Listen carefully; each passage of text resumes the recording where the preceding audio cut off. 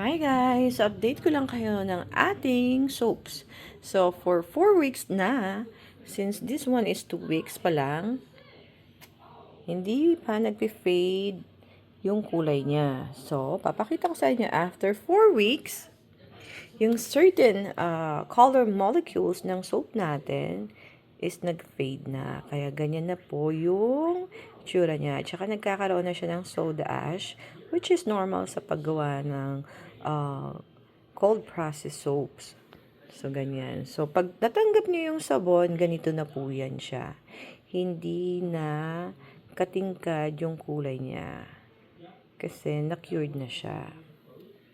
So, eto, ready na rin tong ating turmeric soap. Siyempre, may label na yan. Pag natanggap nyo, ayoko siyang balutin guys ng plastic. Kasi, mas maganda yung talagang naku-cure pa siya ng naku-cure.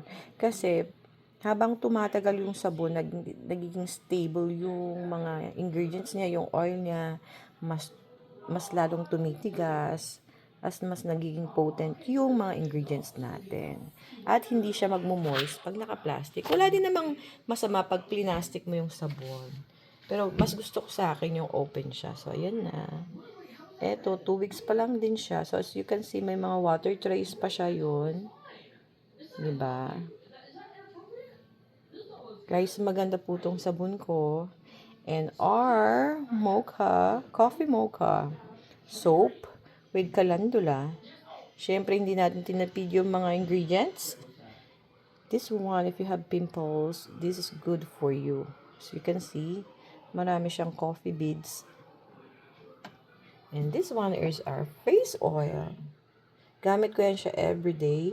Nakakatulong doon sa mga pag-fade ng ating pimple marks.